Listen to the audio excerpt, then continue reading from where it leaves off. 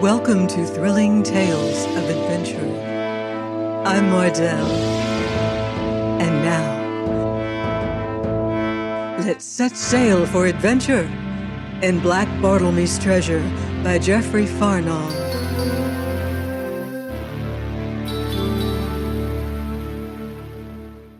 Chapter 1 of What Befell on Pembury Hill.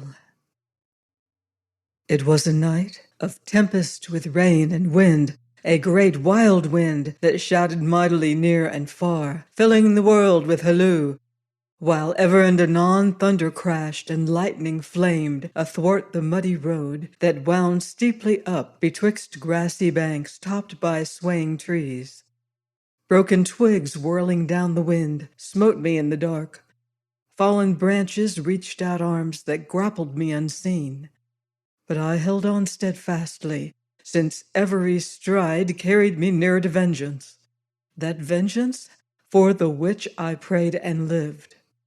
So with bared head lifted exulting to the tempest, and grasping the stout hedge stake that served me for staff, I climbed the long ascent of Pembury Hill. Reaching the summit at last, I must needs stay a while, to catch my breath and shelter me as well I might neath the weather bank, for upon this eminence the rain lashed, and the wind smote me with a fury redoubled. And now, as I stood amid that howling darkness, my back prompt by the bank, my face lifted to the tempest, I was aware of a strange sound, very shrill and fitful, that reached me twixt the booming wind gusts. A sound that came and went, now loud and clear, anon faint and remote, and I wondered what it might be. Then the rushing dark was split asunder by a jagged lightning flash, and I saw.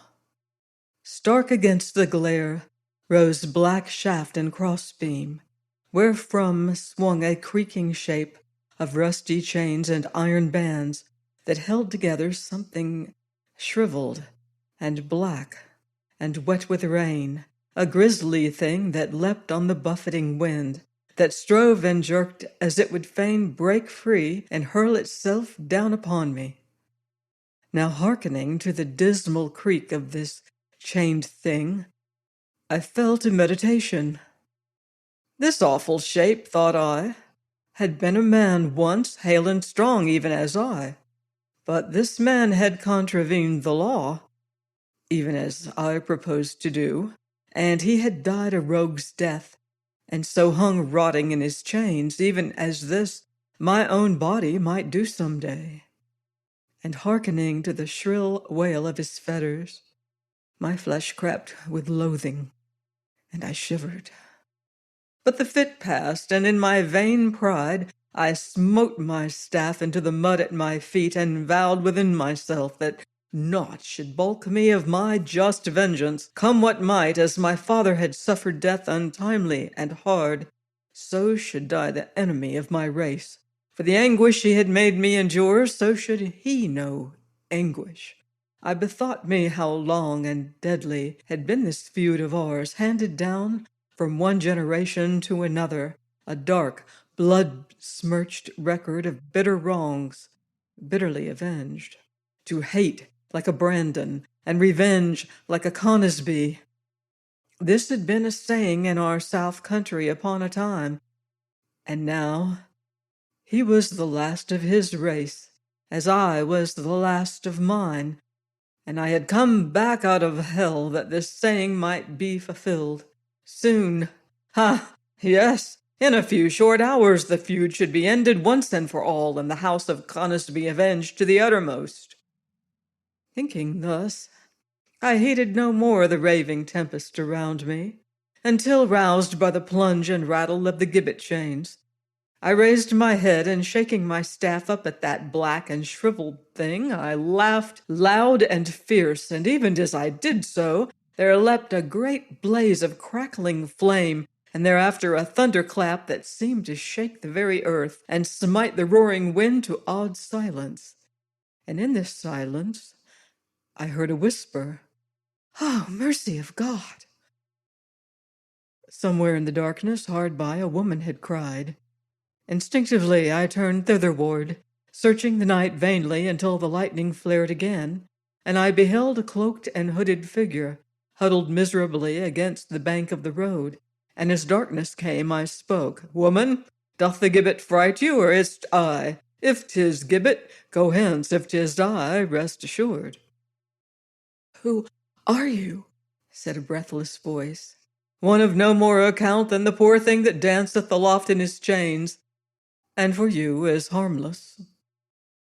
And now she was beside me, a dark, wind-blown shape, and above the howling tempest, her voice reached me in passionate pleading.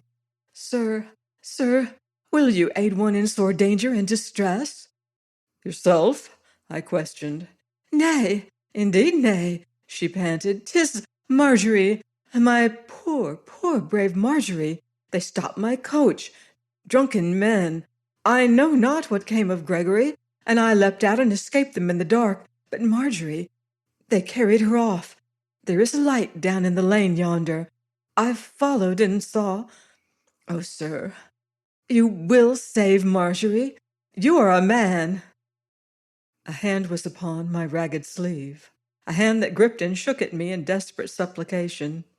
"You will save her from worse than death? Speak, speak!" "Lead on," quoth I, answering this compelling voice.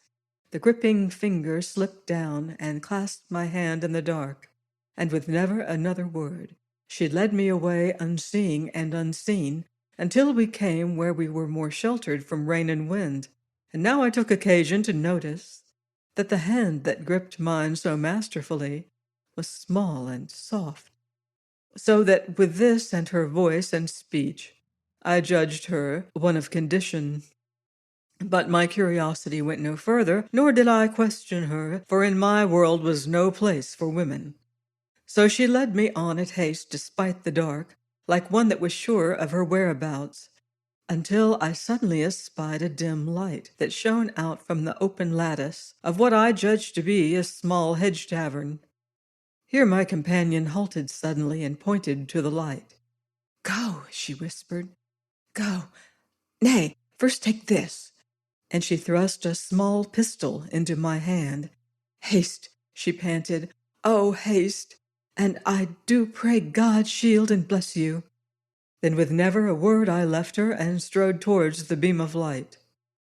Being come nigh the casement, I paused to cock the weapon and to glance at the priming. Then creeping to the open lattice, I looked into the room. 3 men scowled at each other across a table, desperate-looking fellows, scarred and ill-featured, with clothes that smacked of the sea. Behind them in a corner crouched a maid, comely of seeming but pallid of cheek, and with cloak torn by rough hands. And as she crouched, her wide eyes stared at the dice-box that one of the men was shaking vigorously, a tall, hairy fellow this, with great rings in his ears. Thus stood he rattling the dice and smiling, while his companions cursed him hoarsely. With a twist of the hand the hairy man made his throw, and as the 3 evil heads stooped above the dice, I clambered through the window, leveled pistol in one hand, heavy staff in the other. "What do you set?" quoth I. The 3 sprang apart and stared at me, quite chapfallen. "What to do?" growled one. "First your barking irons, lay them here on the table, quick's the word." One after another they drew the weapons from their belts, and one by one I tossed them through the window. "What?" quoth one, a lank rogue with a patch over one eye and winking the other jovial-wise. "How now, mate of mine, shall dog bite dog then?" "Aye," says I, "and with a will." "Nay, nay, shipmate," quoth another, a plump small man with round bright eyes and but one ear. "Easy now, easy. We be 3 lorn mariners, d'ye see, jolly dogs, bully boys, shipmate. A little fun with a pretty lass, not to harm, d'ye see, sink me.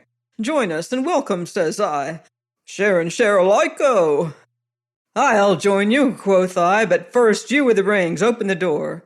Here the hairy fellow growled an oath and reached for an empty tankard, and thereupon got the end of my staff driven shrewdly into his midriff, so that he sank to the floor and lay gasping. "Nay, now, shipmate," quoth the plump man in wheedling tone, but round eyes snapping, "here's lubberly man, or sink and scuttle me." "Open the door," says I. "Heartily, heartily," says he, his eye upon my cudgel, and edging to the door, drew the bolts and set it wide. "Woman," quoth I, "run." With never a word the maid sprang erect, caught her torn cloak about her, and speeding across the room, was gone. Whereupon the lank fellow sat him down and fell a-cursing viciously in Spanish and English. The plump man clicked his teeth and grinned, while Rings, leaning against the wall, clasped his belly and groaned. "Well, so, my bully roarer, and what now?" demanded the plump man softly. "Why now," says I, "'twas share and share alike, I mind." "Aye, but she's off, slipped her moorings, d'ye see, my good lad, and be damned to ye with all my heart," said the little plump man, smiling, but with the devil peeping through his narrowed lids. "Look'ee," says I, laying a groat upon the table, "there's my all. Come, turn out your pockets." "Pockets," murmured the plump man. "Lord love me, what's this? Here's us cheated of a bit of daintiness. Here's Abner with all the wind knocked out of him. Now here's you for thieving and robbing three poor lorn sailor men as never raised a hand agin ye. Shame, shipmate." "I'd rot your bones," snarled the one-eyed man, and spat towards me, whereat I raised my staff, and he, lifting an arm, took the blow on his elbow joint and writhed, cursing. But while I laughed at the fellow's contortions, the plump man sprang marvelous nimble, dashed out the light, and as I stepped from before the window, I heard the lattice go with a crash of glass. Followed a long, tense moment wherein we all, as I judge, held our breath. For though the storm yet roared beyond the shattered casement, within was a comparative quiet. Thus, as I stood in the dark, listening for some rustle, some stealthy, creeping step to guide my next blow, I thrust away my pistol, and changing my staff to my right hand, drew forth the broad-bladed sailor's knife I carried, and so waited mighty eager and alert, but heard only the far-off booming of the wind. Then a floorboard creaked faintly to my left, and turning short, I whirled my staff, felt it strike home, and heard a fierce cry, and the uneven tread of staggering feet. "Fight, rogues!" cried I. "Here's meat and drink to me! Fight!" And setting my back to the wall, I waited for their rush. Instead, I heard a hoarse whispering, lost all at once in a woman's shrill scream out beyond the casement, and thereafter a loud voice that hailed, "House ho! House ahoy! Light ho! Show a glim, you drunken dogs!" And here followed a rush of roaring sea oaths drowned in a scream, louder, wilder than before. Then while this distressful cry yet thrilled upon the air, pandemonium broke loose about me. Shouts, cries, and a rush and trample of feet. The table went over with a crash, and the darkness about me rained blows. But as they struck random and fierce, so struck I, and as I do think, made right goodly play with my hedge-stake, until caught by a chance blow, I staggered, tripped, and falling headlong, found myself rolling upon sodden grass outside the shattered window. For a moment I lay, half dazed, and found in the wind and rain vast discomfort and refreshment. Then, in the pitchy gloom hard by, I heard that which brought me to my feet, an evil scuffling, a close and desperate struggling, a man's hoarse laugh, and a woman's pitiful pleading and sobbing. I had lost my staff, but yet I grasped my knife, and with this held point upwards, and my left hand outstretched before me, I crept forward, guided by these sounds. My fingers came upon hair, a woman's long soft tresses, and I remember marveling at the silky feel of them. From these my hand slipped to her waist, and found there an arm that grasped her close. Then drawing back my hand, I smote with my knife well beneath this arm and drove in the stout blade twice. The fellow grunted and, loosing the maid, leapt full at me, but I met him with clenched fist, and he went down headlong, and I crouched above him, and feeling him struggle to his knees, kicked him back into the mud, and thereafter leapt on him with both feet, as I had been wont to do when fighting my fellow slaves in some lazaret. Then, seeing he stirred no more, I left him, doubting nothing I had done his business. Yet as I went I felt myself shiver. For though I had been compelled to fight the naked wretches who had been my fellow slaves, I had killed no man as yet. Thus as I went, chancing to stumble against a tree, I leaned there a while. And now remembering those 2 blows under the armpit, what with this stabbing and my fall and lack of food, for I had eaten but once that day, I grew faint and sick. But as I leaned there, out of the gloom came a hand that fumbled timidly my bowed head, my arm, my hand. "Sir, are you hurt?" questioned a voice, and here once again I was struck by the strange vital quality of this voice, its bell-like depth and sweetness. "No whit," says I. Now as I spoke it chanced she touched the knife in my grasp, and I felt her shiver a little. "Oh, sir, did you kill him?" "And wherefore no?" I questioned, "and why call me sir?" "You do speak as one of gentle birth." "And go, like the beggar I am, in rags. I am no sir." "How may I call you?" "Call me rogue, thief, murderer, what you will, 'tis all one. But as for you," quoth I, lifting my head, "'tis time you were gone. See, yonder," and I pointed where a light winked through the trees, a light that danced to and fro, coming slowly nearer until it stopped all at once. Then rose a shout, answered by other shouts and a roar of dismayed blasphemy. At this, my companion pressed nearer, so that I felt her shiver again. "Let us be gone," she whispered. "Marjorie, come, child, let us haste." So we went on together at speed, and ever as we went, that small, soft hand was upon the hand that held the knife. So we sped through the dark, these 2 maids and I, unseeing and unseen, speaking little by reason of our haste. Presently the rain ceased, the wind abated its rage, and the thunder pealed faint with distance, while ever and anon the gloom gave place to a vague light, where beyond the flying cloud-rack a faint moon peeped.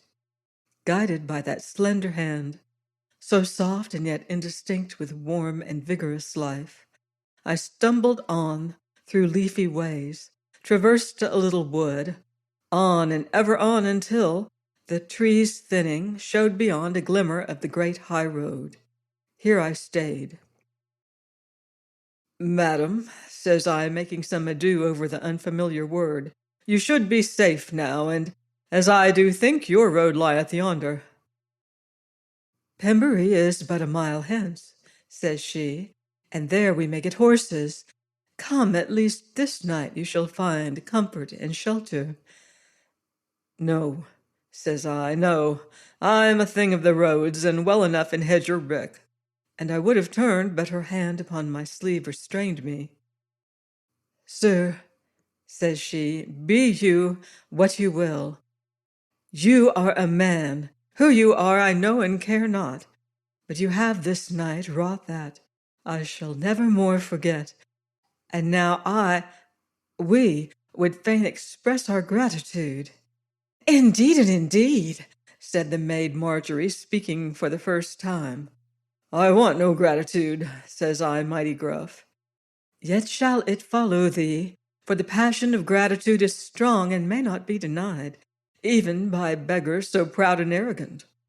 And now hearkening to this voice so deep and soft and strangely sweet, I knew not if she laughed at me or no, but even as I debated this within myself, she lifted my hand, the hand that grasped the knife, and I felt the close, firm pressure of 2 warm, soft lips. Then she had freed me, and I fell back a step, striving for speech, yet finding none. God love me, quoth I at last, why must you do so? And wherefore not? She questioned proudly. 'Tis the hand of a vagrant, an outcast, a poor creeper o' ditches, says I. But a man's hand, she answered. 'Tis a hand that hath slain once this night, and shall slay again ere many hours be sped. Now here I heard her sigh as one that is troubled. And yet, says she gently, 'tis no murderer's hand. And you that are a vagrant and outcast are no rogue.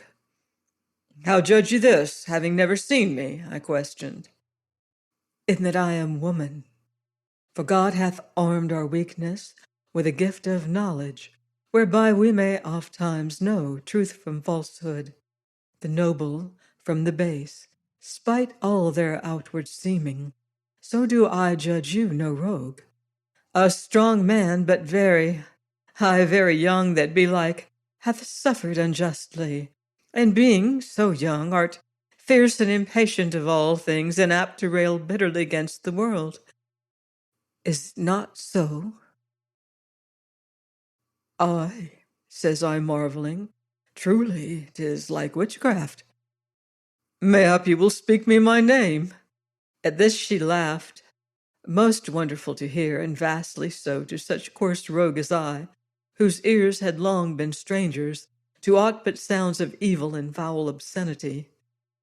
Nay, says she, my knowledge of you goeth no further, but, and here she paused to fetch a shuddering breath, but for him you killed, that two-legged beast, you did but what I would have done for.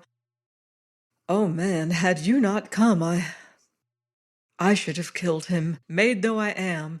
See, here is the dagger I snatched from his girdle as he drove with me. Oh, take it, take it. And with passionate gesture she thrust the weapon into my grasp. Oh, madam, my lady, cried her companion, look, yonder be lights, lanthorns aflare on the road. 'Tis Gregory, as I do think, with folk come to seek for us. Shall we go meet them? Nay, wait, child. First let us be sure. So side by side we stood all three amid the dripping trees, watching the tossing lights that grew ever nearer, until we might hear the voices of those that bear them, raised ever and anon in confused shouting. Aye, 'tis Gregory, sighed my lady after some while. He hath raised the village, and we are safe. Hark! Cried I, starting forward. What name do they cry upon? Mine, sir. Oh, my lady, roared the hoarse chorus. Oh, my lady Joan, my lady Brandon, Brandon, Brandon. Brandon, cried I, choking upon the word. Indeed, sir, I am the Lady Joan Brandon of Sheen Manor, and so long as life be mine, needs must I bear within my grateful heart the memory of— But waiting for no more, I turned and sprang away into the denser gloom of the wood, and ever as I went crashing and stumbling through the underbrush, above the noise of my headlong flight, rang the hated name of the enemy I had journeyed so far to kill. Brandon. Brandon. Brandon. Please join me next week for another swashbuckling story on Thrilling Tales of Adventure.